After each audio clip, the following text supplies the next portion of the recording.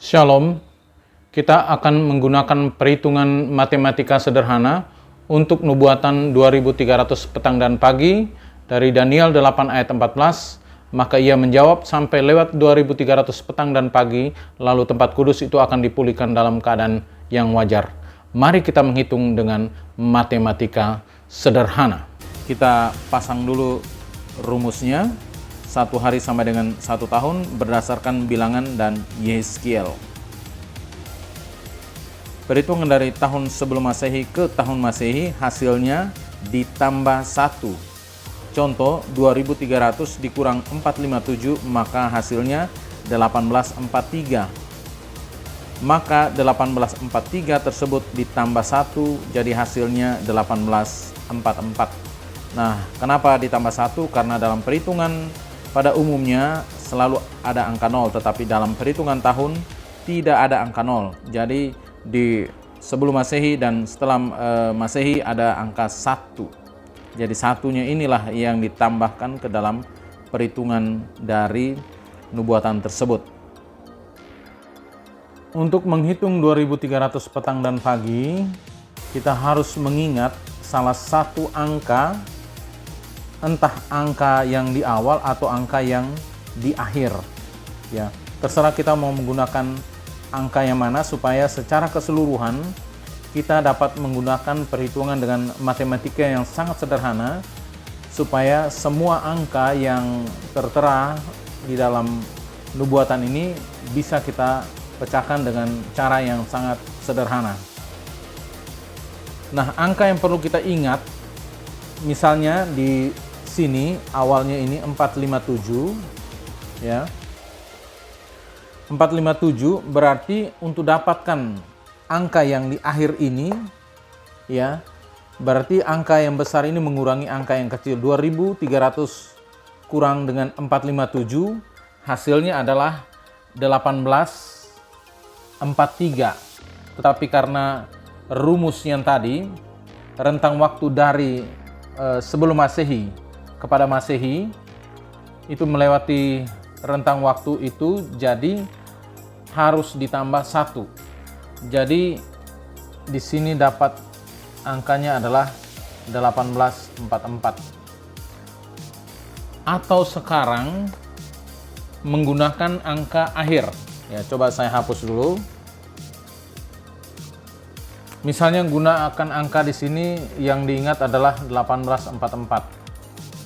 Jadi sama saja, 2300 dikurang dengan 1844 dapatnya 456. Jadi karena melewati rentang waktu dari sebelum Masehi kepada Masehi, maka itu ditambah 1, jadi angka yang di sini dapatnya 457. Ya. Jadi terserah kita mau pakai angka kita ingat untuk angka yang pertama atau angka yang kedua, awal atau yang akhir.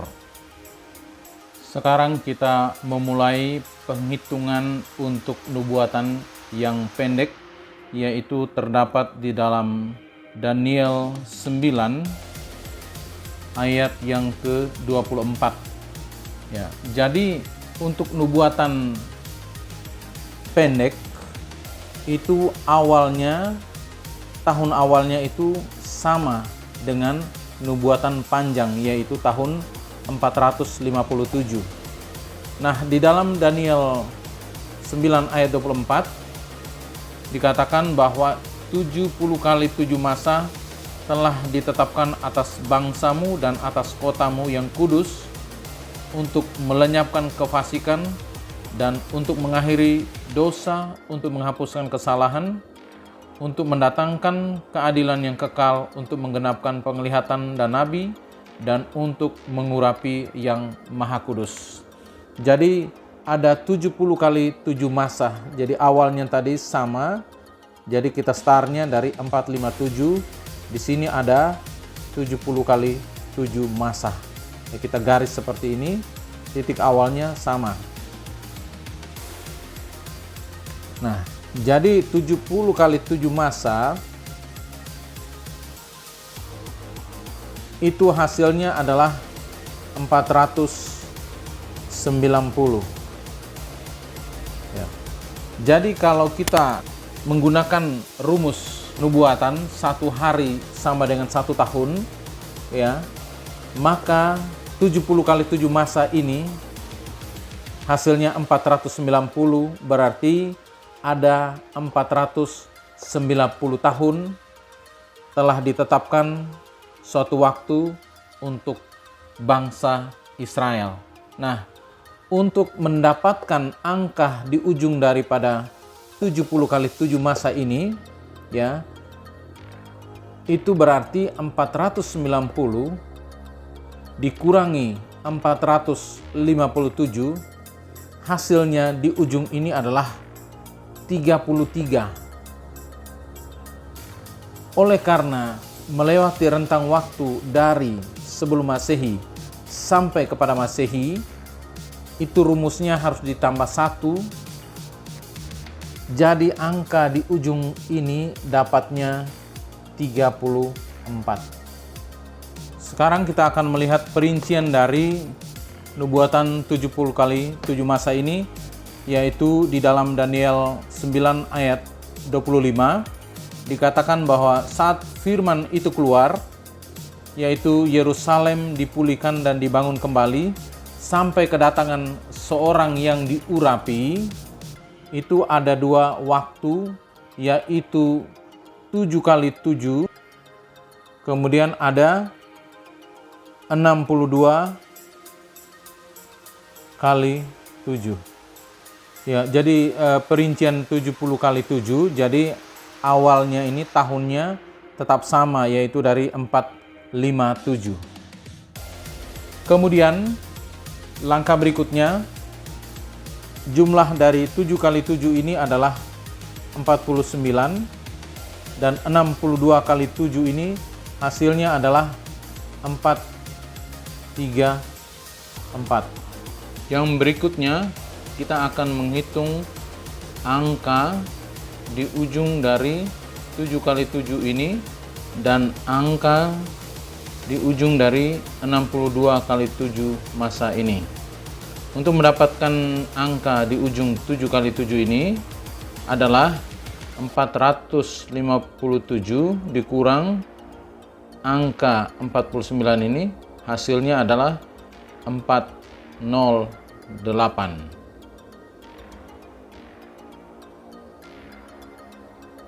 Kemudian untuk mendapatkan hasil di ujung dari 62 kali 7 masa ini, angkanya yaitu 434 dikurangi 408.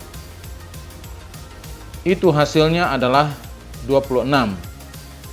Nah, oleh karena ini sudah melewati rentang waktu dari sebelum Masehi kepada Masehi, jadi hasilnya 26 tadi ditambah 1 jadi 27.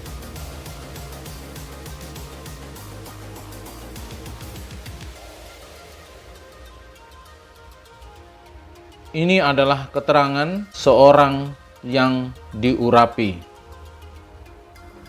Kemudian kita melihat selanjutnya di Daniel 9 ayat 26 dan 27.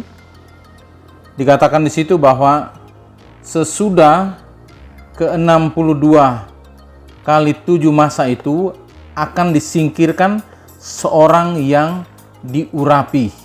Ya, kalimat seterusnya di ayat 27 itu disebutkan ada satu waktu, yaitu 1 kali 7 masa. Ya. Seorang yang diurapi ini akan disingkirkan. Di sini terdapat ada angka 1 kali 7 masa. Ya. Kita masih tetap menggunakan prinsip 1 hari sama dengan 1 tahun. Jadi di sini ada 7 tahun. Ya. Di sini ada 434 tahun. Di sini ada 49 tahun. Nah, kemudian untuk mendapatkan angka di ujung daripada 1 kali 7 masa ini, ya, berarti di sini ada 7 angka 1 kali 7 berarti 7. Ya. Jadi untuk mendapatkan angka di ujung daripada 7 masa ini adalah 27 ditambah dengan 7, yaitu hasilnya 34. Nah, itulah rincian daripada nubuatan pendek, yaitu 70 kali 7 masa. Nah, di ujungnya ini adalah sama, kita garis seperti ini. Ya. Kita garis seperti ini. Dan ada angka yang berikutnya, yaitu di Daniel 9 ayat 27, kalimat yang kedua, pada pertengahan 7 masa itu, ia akan menghentikan korban sembelihan dan korban santapan. Berarti di tengah 7 masa itu, ya, berarti ada di tengah sini, ya, akan dihentikan korban sembelihan dan korban santapan. Ya, seorang yang diurapi tadi, di tengah ini dia menghentikan, di mana peristiwa ini Yesus disalibkan. Nah, kita lihat nubuatan ini digenapi secara tepat dengan perhitungan angka seperti ini, yaitu seorang yang diurapi ini adalah Yesus. Pada tahun ini dia dibaptis, kemudian setelah itu dia disalibkan, kemudian tahun 34 ini peristiwa di mana Stefanus dilempar, ya.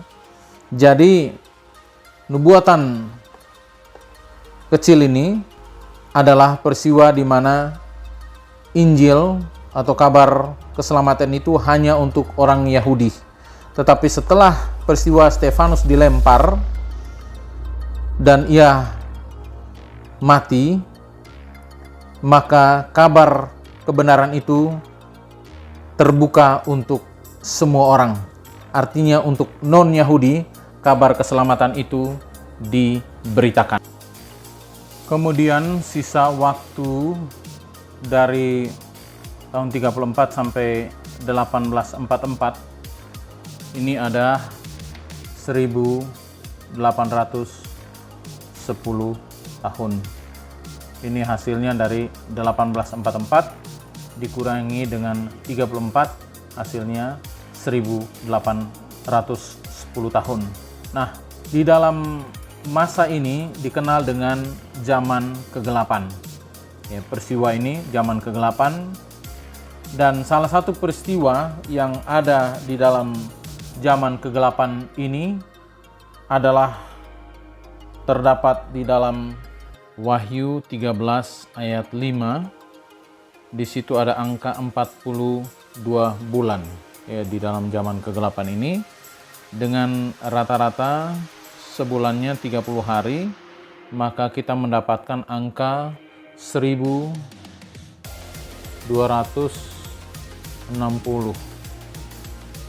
Nah, 1260 hari itu kita tetap menggunakan prinsip 1 hari sama dengan 1 tahun, maka angka ini adalah 1260 tahun secara literal.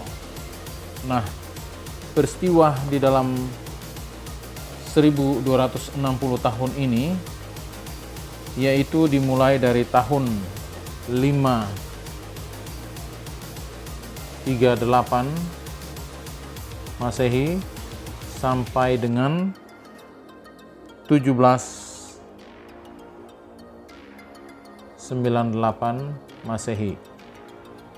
Nah, di dalam peristiwa ini yaitu Kaisar Romawi Konstantin melegalkan agama Kristen di seluruh kekaisaran ketika ia memindahkan ibu kotanya pada tahun 330 Masehi ke Bizantium untuk menyatukan bagian timur dari dan barat kekaisarannya. Hal itu meninggalkan kekosongan kepemimpinan di Roma. Paus kemudian mengisi kekosongan ini. Dia tidak hanya menjadi pemimpin agama yang kuat, tetapi juga kekuatan politik yang sangat mutlak di Eropa pada tahun itu. Sehingga pada tahun 538 Masehi, Justinian, Kaisar Romawi kafir, secara resmi memberikan uskup Romawi peran sebagai pembela iman. Gereja abad pertengahan memberikan pengaruh yang besar dari tahun 538 sampai 1798 Masehi tersebut. Dan pada akhir daripada 1798 ini, Napoleon, jenderalnya bernama Barthier, menangkap Paus pada saat itu, yaitu Paus Pius ke-6, dan mengakhiri kekuasaan Paus yang mutlak pada saat itu. Sehingga di dalam nubuatan ini tepat sekali 1260 tahun, yaitu 538 sampai 1798 digenapi. Rentang waktu ini, di zaman kegelapan ini, banyak umat Tuhan yang dianiaya. Banyak umat Tuhan yang menderita pada kurun waktu ini oleh karena kekuasaan yang mutlak pada saat itu. Angka yang terakhir adalah 1844, ya. Akhir daripada nubuatan 2300 petang dan pagi ini. Di sini ada satu peristiwa yang namanya kekecewaan besar, di mana William Miller pada saat itu meramalkan akan kedatangan Yesus yang kedua kali bersama dengan para pengikutnya yang begitu mempercayai akan ramalan daripada William Miller ini. Tetapi tepatnya pada bulan Oktober pada tahun 1844 ini, apa yang diramalkan William Miller tidak terjadi. Oleh karena itu, banyak pengikut William Miller yang mengalami kekecewaan besar pada saat itu. Dan memang sesuai dengan Alkitab bahwa kedatangan Yesus yang kedua kali tidak diketahui oleh siapapun juga kecuali Bapa di surga. Tetapi dengan demikian, walaupun banyak yang mengalami kekecewaan besar, tetapi masih ada sisa sedikit orang yang pada saat itu terus menyelidiki akan nubuatan ini. Demikianlah seluruh rangkaian daripada nubuatan 2300 petang dan pagi dengan menggunakan matematika sederhana ini. Terima kasih, Tuhan Yesus memberkati.